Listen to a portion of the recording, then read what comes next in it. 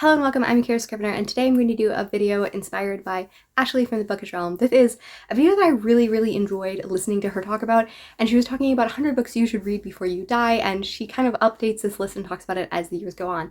I also appreciate that it's not like a book that's like trying to be like, these are the literary canon. It's like, no, these are really great books, whether they cross genres and everything's like that. I cringe very inwardly in the deep parts of my soul whenever people dissuade and just talk down about like YA literature or middle grade or children's books or anything like that, even though over the last few years I've geared toward literary fiction and adult books a little more than YA fantasy and other genres that I used to love more deeply.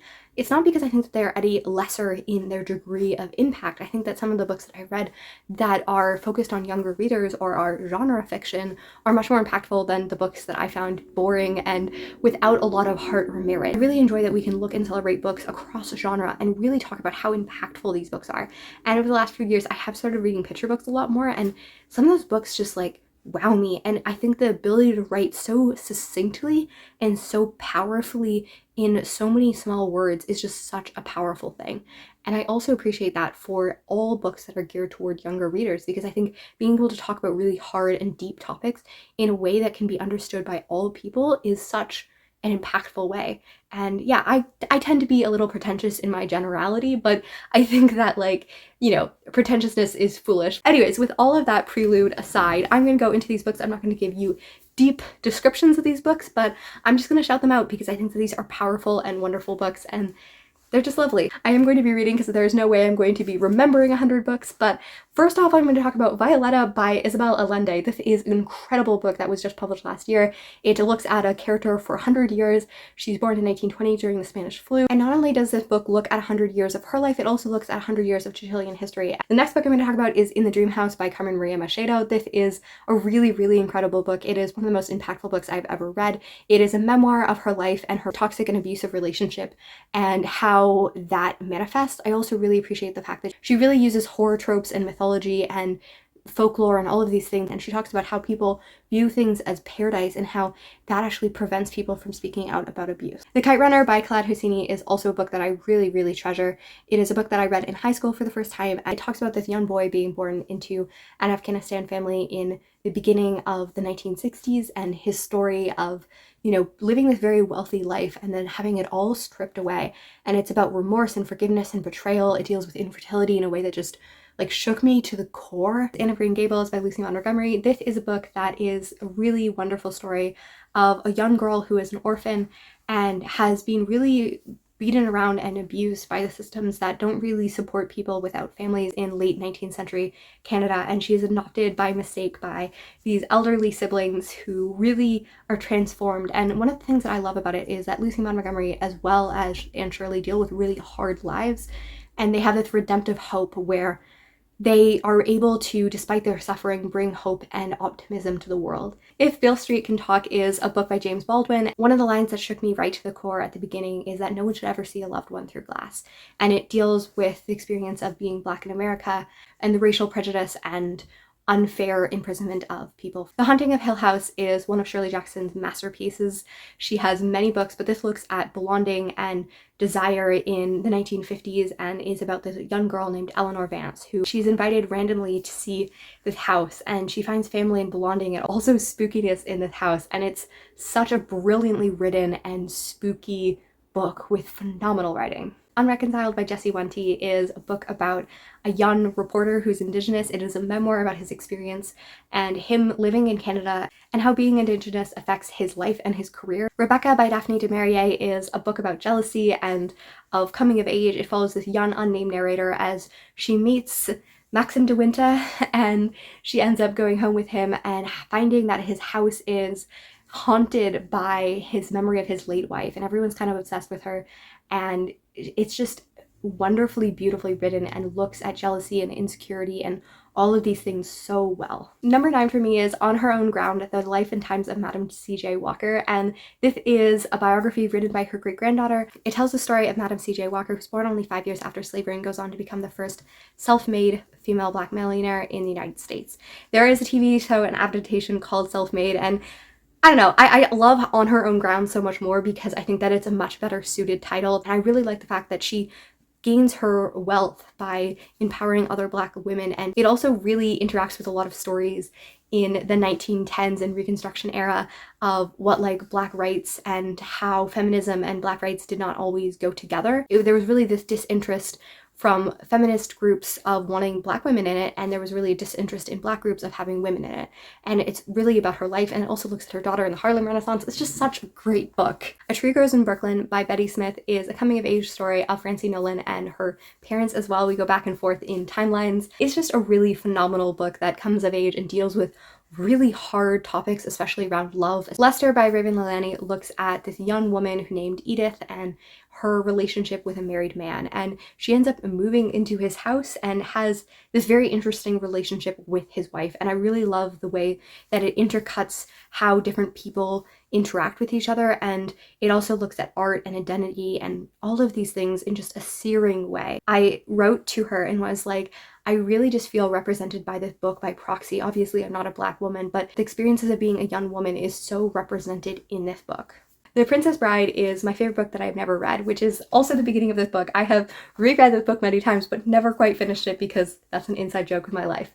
And this is a really comedic genius book that is originally published in the 70s that looks at Buttercup and Wesley, and you probably know the movie, and it is very similar to the movie, but also has a lot of funnier things, especially since the kind of part of the book is that he is pretending to adapt it from a really long, over-the-top, overwritten book. But of course, it's his original manuscript, so he's just making fun of himself and like summarizing. It's just hilarious, and it's comedy gold. The Bell Jar by Sylvia Plath is one of the first books I ever felt represented in my mental health.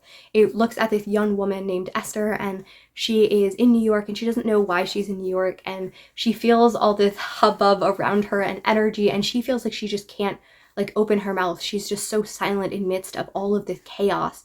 And it's a book about depression and bipolar and the experiences of like not knowing how to deal with your health. And I really like the representation of mental health. And it talks about the bell jar specifically and how the idea of a bell jar that is hanging above you, and it may fall at any point, but it's not quite there. So how do we deal with the happiness and the hardship of life, knowing that depression and mental illness can always come back? And it's such a phenomenal book. The Underground Railroad Next Stop Toronto is a book that I just finished and deserves its place in it so much. It is underrepresented as a book, and it really just looks at Black Torontonians from 1800 till 1900, and it looks at the Civil War and at the experience of like Black Americans coming over to Canada to seek freedom and stuff like that, but it also just looks at the experience and lives of Black Torontonians. Just a really phenomenal book that is really looking at minute history in a way that I love. The Interpreter of Maladies by John Bellahiri is a book that looks at an array of different stories both in America and in India. I don't know how to sum up a short story collection, but I know that I cried and laughed and like couldn't move my face because of tears several times in it, and I just was blown away by her ability to write so well. Brown Girl Dreaming by Jacqueline Woodson is a memoir in verse by Jacqueline Woodson, and it begins in 1963, and I love even from the beginning because we're being narrated her birth, and then we're talking about like where Martin Luther King is and where Muhammad Ali is and all of these characters in Black history and where she interacts with them. And it is such a phenomenal book. It is so well written. Like, I think that you wouldn't assume it was a biography because it reads like fiction, but you're also learning about her life, and it's stellar in so many ways. The March Trilogy, this is a graphic memoir by John Lewis, who is very substantial in the Black American civil rights movement, and it is his story from youth into the beginning of the civil rights and his experience, and it really does a great job of recounting his life and his experiences. Seven Fallen Feathers by Tanya Talalik looks at this city that is North Bay, Ontario, and the experience of residential schools and the ways in which, because the Canadian government has not adequately built schooling and cared and given provision for Indigenous people, that they are often forced out of their communities to go to schooling. And then when they arrive at Thunder Bay at only 14 years old, they experience so much racial bias and discrimination, and how several of them have been murdered by police. It is a really, really phenomenal book that points to the errors in the ways the Canadian government, as well as how truth and reconciliation gets spoken about but never actually done anything about. Scythe by Neil Shusterman is a series of books that is phenomenal. It looks at this kind of dystopian or utopian world in the future in which death has been defeated, and the only way that they continue on is by gleaning people so that the population does not get too high. And it looks at the cost and the experience of what does it mean to take on that amount of wait to end someone's life, and do you do it justly, do you do it unjustly? It's a really phenomenal book that deals with politics and social dynamics and questions of morality in such a degree that you just sit there and puzzle about it forever. The Trials of Morrigan Grow is a middle grade series that is a magic school, and it's just such an eventful, beautiful, fantastical world that I want to get lost in and smile in forever. The Dark Descent of Elizabeth Frankenstein is a reworking and retelling of Frankenstein's story through the point of view of his fiancée, Elizabeth Lavenza, and deals with abusive relationships and the way in which we make ourselves smaller, and also the ways in which we try to get power in a patriarchal society. Dear Martin by Nick Stone is a book that deals with police brutality and racial profiling and the experience of being a young black boy in an all-white school, in which the main character, Justice, writes letters to Martin Luther King and asks, how do we live in peaceful protest? How do we deal with all of these things? With Fire on High is a book by Elizabeth Acevedo that deals with teen motherhood and dreams and ambition and all of these things, and how do we do the practical thing versus the big thing, and how do we reconcile all of these things? And it is written by an author who primarily writes in verse, and this is not in verse, but it is just so gloriously written. Becoming by Michelle Obama on its outside might look like a book that is a political memoir, but I really think it's a book about family and infertility and about grief and loss, and how do we reconcile and change and grow in ways when we're faced with the insurmountable. Letter from Birmingham Jail is a short book in which Martin Luther King wrote to the government and to people that were protesting his protesting while in Birmingham. And it's indictment of racial bias and the silence of people who think that they're good people. My favorite quote from it is that we will have to give an account for this generation, not for the vilest words of terrible people, but by the confounding silence of good people. That's a terrible quoting of it, but that is the gist of it. The Tradition by Jericho Brown is a Pulitzer Prize winning poetry collection dealing with coming of age, boyhood, family dynamics, being a black gay man in the United States, and it is written in words that I just imprinted in my mind because they are so well done. Ophi's Ghosts is a wonderful kind of horror middle grade book set in the 1920s dealing with the Great Migration and the experiences of a young girl working in this mansion, and she just encounters ghosts and she encounters their stories, and it is terrifying when also really warm and kind in some places. Phantom Pains by Therese S. Kahn looks at disability and Visayan mythology and kind of deals with the impact of becoming disabled and having the able-bodied lens on you. My Dark Vanessa is a searing book that looks at this dynamic of being a young woman who is sexualized, and also the Me Too movement, looking at a young girl who has a relationship with her high school teacher. I don't want to call it a relationship because obviously it's not consensual, but she believes it's consensual. And then 15 years later is approached by several women who were also assaulted by him and asked to come forward and give her testimony. And she has to wrestle with the idea that this relationship that is supposed to be the love of her life is something that was not consensual. Maisie Chen's Last Chance is a book about a young protagonist who goes back to her family's origin in Last Chance, Minnesota to save her family's restaurant after the ailing health of her grandfather, and she learns about the history of her family with her grandfather, and it's a beautiful story of intergenerational family and also deals with the discrimination of being Asian American. Una Out of Order begins with 18-year-old Una being transported into her 54-year-old body, and she learns very quickly that her life will not be living in order. Every year on her birthday, she will be cycled back to a different year and she will live her adult life out of order. And it's a book about aging and about connection and about how we will never have all the people we love in our life at the same time. And it is so beautiful because we learn that even when she's in her older body, she's losing people who died earlier, but when she's in her younger body, she's missing people who have not yet been born or have not yet come into her life. And it's such a beautiful representation of how life is and how we can just be stuck in one area and believe that that's what we want, but we're not seeing the whole picture. Raybearer by Jordan Afico is a young adult novel looking at our protagonist who can touch things and hear its history, and she is brought into a circle of the new prince's life, and it is a beautiful story about family history and friendship and mythology and fantasy, and I just really have a tender spot in my heart for it. Dear Edward is a book about a plane crash and deals with the sole survivor as well as intersecting parts of the non-survivors on the plane. So we see all these lives that are about to end. We know that they are never going to survive, and yet we become invested in their hearts and in their anxieties and all of these things. But then we also follow Edward as he grows up and deals with this trauma that is momentous in his life. And it is a really beautiful book about hope and about recovering from trauma and PTSD. It's such an incredible story. Indelicacy by Amina Kane is a book that doesn't feel like it has a time and place and deals with a young woman who works as a cleaner in a museum and catches the eye of a wealthy man. And she goes into his house to write, but he does not like her writing. She says, what I call my office, he calls my sitting room. And it's this really glorious book about what it means to be a young woman and what it means to be an artist and a storyteller. And I really, really love it. Know My Name by Chanel Miller is a recounting of her experience after being assaulted. And she became one of the most well-known people in the United States in 2015, despite no one ever actually knowing her name. She went through this court case and her experiences, and she talks about healing and recovery when also never ever stepping away from the atrocity that was done to her. Transcendent Kingdom is a book about family and substance abuse and faith and all of these things reconciling and going together.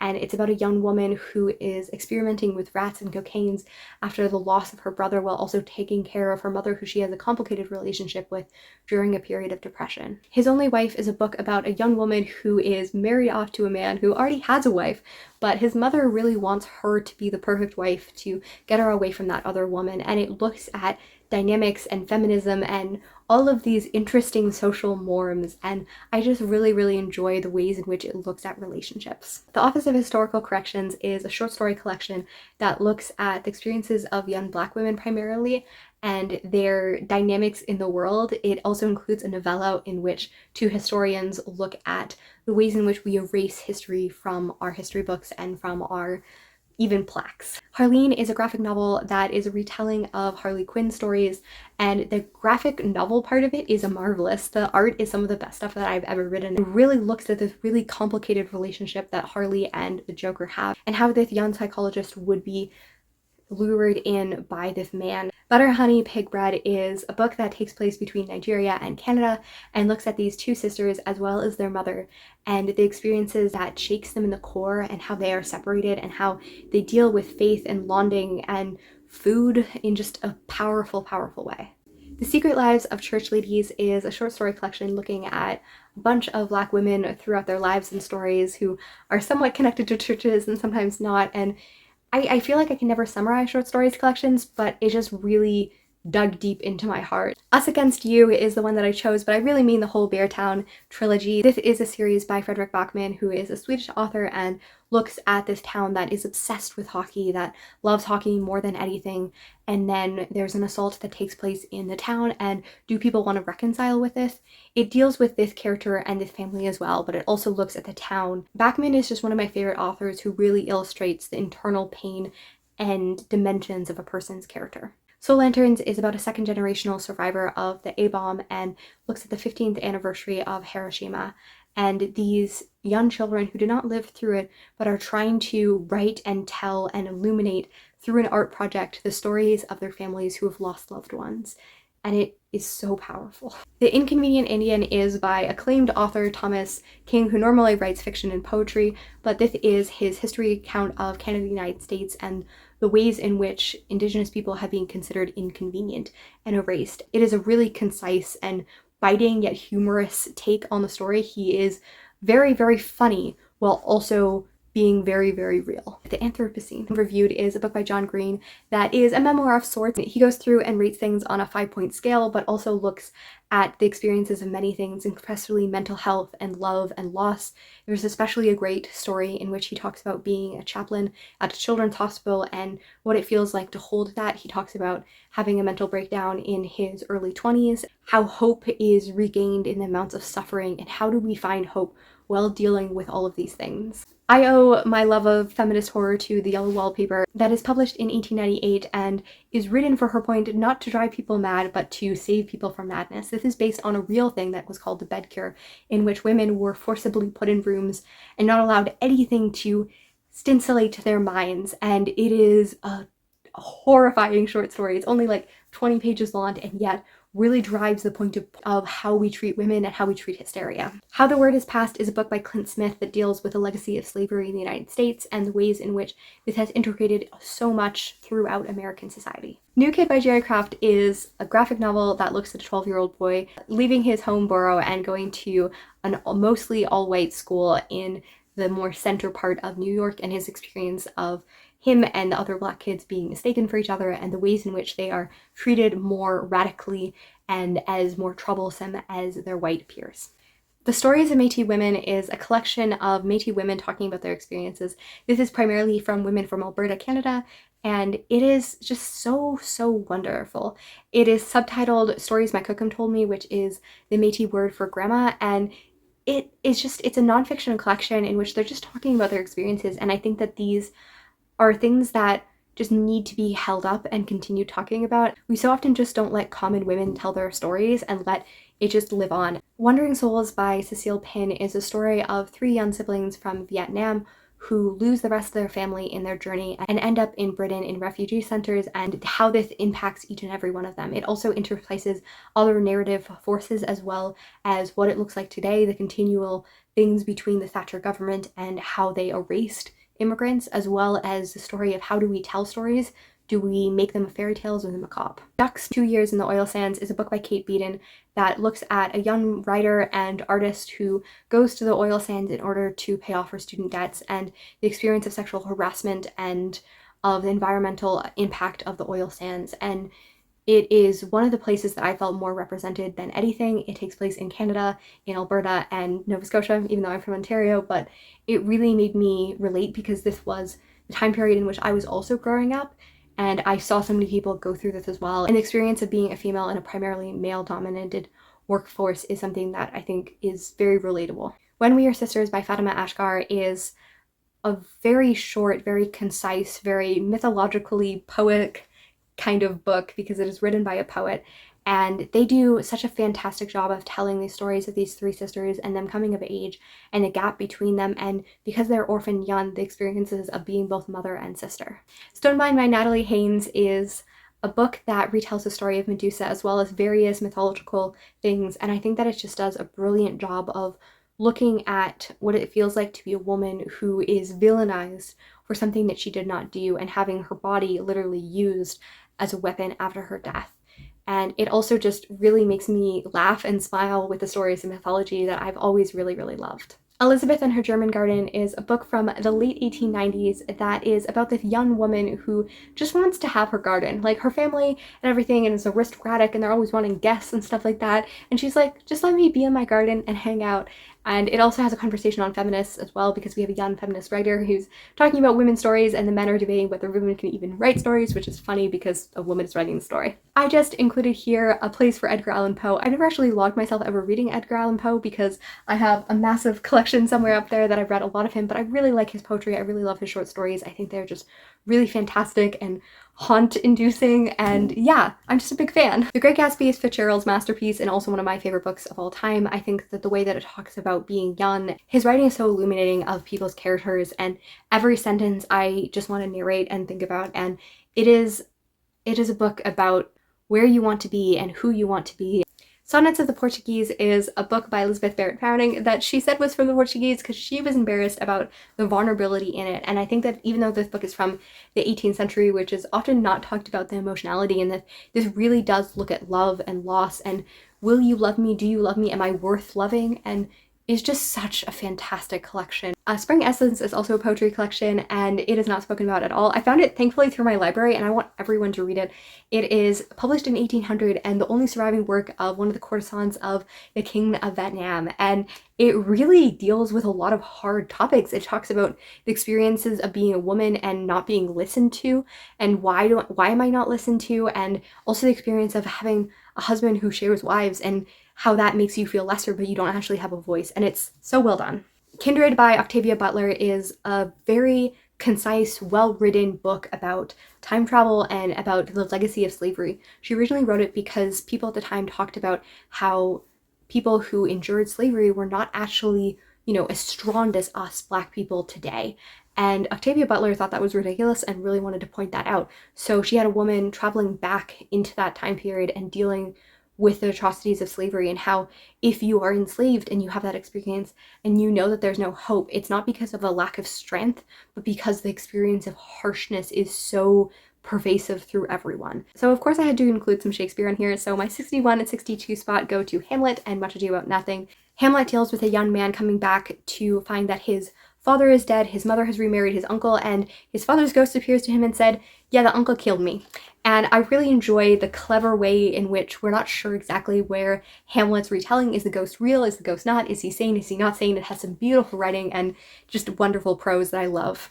And Much Ado About Nothing is a play of comedy and banter, and I just love it. If you love enemies to lovers, Shakespearean style, I really enjoy this, and it is quite hilarious and quite well done. Number 63 goes to Roll of Thunder, Hear My Cry. This is a middle grade book that is a classic. It deals with a young child in a black family that owns its own town and how the white citizens of the town really don't like this. Even when you have gained independence and things, the forces of nature against you that don't want you to succeed. A Room of One's Own by Virginia Woolf looks at the experience of women writers. It, gives odes to Jane Austen as well as other people in the past, and looks at the experience of how hard it is to write when you are not given a room, how much pressure is put on women and such, and it makes it very hard for women to write. I think that it's still a really searing representation of how women are presented as these goddesses in literature, and yet in real life they are pounded down and treated like nothing. Passing by Nella Larson is a really interesting, intense, haunting book about these two childhood friends that meet as adults, and one of them has been passing as white and one of them has lived in a black community, and the experiences of wanting to be reconnected, but also these divides in the 1920s in the background of the Harlem Renaissance, and it's just a haunting book. I Can Make This Promise is a middle grade book by Christine Day and looks at this young girl who is doing an art project and trying to reclaim who her grandmother was. It is her grandmother who is Indigenous, and her mother does not have much history or story there, and they're trying to recount and find her history, and yet she has no roots because her mother was given up to adoption. And it's such an interesting and powerful book. And I really enjoy the way that it intersects this big family dynamic with the everyday concerns of being a 12-year-old. I think that dealt such a good job. Anna Karenina is a very large book looking at a variety of too dramatic Russian people, and I just enjoy it. It's a little ridiculous. It makes me laugh a lot. I don't know. There's great plots, but I just really enjoy it as a comedy of manners and all of those things. Number 68 is Percy Jackson and the Olympians as a series as a whole. I think that I would not be the reader I am today without Percy Jackson. Rick Riordan is the king of retellings and, introducing wonderful stories to children and being entertaining and wonderful. I think this series is a masterpiece and deserves its place among the greats of children's literature. The other history of the DC universe goes out to all of my comic fans. I really enjoy this collection of retellings of people's history. It looks at Black Lightning as well as other people of color from the DC universe and recounts their stories from the 60s and all the way through, reworking their comic arrivals and stuff like that into a distinct thing, and also looks at the social dynamics of the outside world and how that impacted it. And Black Lightning also looks at marriage and the ways in which secrets and stories hinders relationships. The Hunger Games by Suzanne Collins is a wonderful dystopian book. It really looks at authoritarian governments and PTSD and the impact of trauma on people. It often gets lambasted as all of these really sexist terms that I hate, and I reread it recently and I do think that it's a masterpiece of literature and really looks at these stories in such fantastic depth and characters, and I think that anyone who discounts it should give it a reconsideration. The Ember and the Ashes by Sabatir really takes Southeast Asian mythology and infuses it in Greco-Roman Empire, and it is marvelous. I feel like each book feels so different, which makes it so impossible to describe as a series, but I was hooked from the beginning and just loved it all the way through. I think part of it is that we talk about identity and stories and what does it mean. Some of the characters have masks that feast their face as a way to erase identity to make them conduits of a government, and I think that it is a really stellar series. Hawkeye by Mac Fraction is a 2012 comic that deals with Hawkeye as the character Clint Barton, and he is living in this small apartment and interacts with all of them and just gets on to shenanigans. He also has a mentorship relationship with Kate, who is also Hawkeye, and it's so well written and funny and hilarious, and I just felt so connected to these characters in such a fantastic way. Genesis Begins Again is a middle grade book that feels like it's in lieu of The Bluest Eye. It looks at body image and dynamics of what does it mean to be a dark-skinned Black woman in this world, and it looks at family trauma and the experiences of abuse and of self-image being passed on, and then the experiences of being in school and living in a dark-skinned black body. The Mothers by Britt Bennett is a story of two friends who are childhood friends and their experiences, as well as has these echoes of just mothers, and I don't know how to even explain the emotionality of this book that deals with the effects of family and of loss and of what does it mean to be pregnant as a child. I Am Not a Number is a picture book dealing with a Canadian residential school and the ripping and stripping of Indigenous identity and names off of children, and how do you reclaim your own identity after you've gone through such abuse. Exit West is a magical realism take on immigration and the experiences of being Southeast Asian. It looks at all of these people throughout different places of the world and these magical doors and how love begins and how love ends and how we survive love through these really big momentum changes. The Raven Boys by Maggie Strader is a YA series that I just love with my whole heart. If you love, I don't know, just wonderfulness, the quote is that Gansey runs with dead Welsh kings, and I feel like that sums up all you need to know about the series. Conversations with Friends by Sally Rooney is a new adult novel that looks at love and relationships and affairs and the ways in which we relate to each other. It also looks at infertility in a way that just touches my soul. You Hold Me Up is an Indigenous picture book by Monique Gray, and it is a book that just made me cry with the ways that it talks about how we can respect each other and honor each other, and that's how we hold each other up, and it touches my soul really good. Kingdom of Copper, or the David Bad series, is a series by S.A. Chakrabarty that looks at this mythological place of the jinn. From Egypt to Southeast Asia, it looks at Muslim mythology and the experiences of being in the 18th century, and I just love it. It's a series that, like, I started off mixed feelings, and by the end I was just in love. Exit Stage West, The Snagglepuss Chronicles, is a graphic novel retelling of Snagglepuss with the light of Tennessee Williams, and it really captures this time during the Cold War that everyone is cracking down on artists, and what does it mean to say anything that is liberal or queer or anything like this. And it is also like quite heavy in many places and is reconciling with history, and I learned a lot about it from here, and I think that it's a treasure trove of like information and really good characterization and clever writing. Hood Feminism by Mickey Kendall is a reclaiming of the feminist movement by Black, disabled, and people of color, and it really looks at the women, the movement for God, and I think that it's a really incredible book that people should read. White Ivy is a book about a young Asian American and her experiences of growing up and how she learns to lie to survive in a very white capitalistic society when she is very poor and Asian, and it also has some interesting vibes in it that I just love. So if we are slightly in a different angle, it's because I have talked so long. I was going to do a short video. I ran into story time with my nephew. We live far apart, but he calls me, and him and his mom and me read The Hobbit together, which is a book that probably could be on this list if I had any clear memories from my childhood reading it. However, let's get back to our list.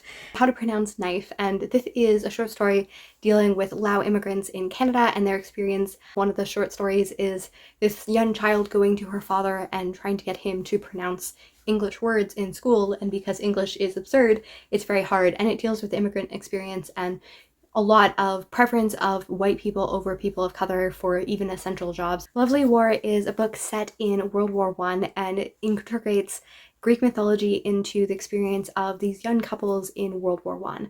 And it's Aphrodite proving that love exists when also interacting with her lover and her husband, Ares and Hephaestus.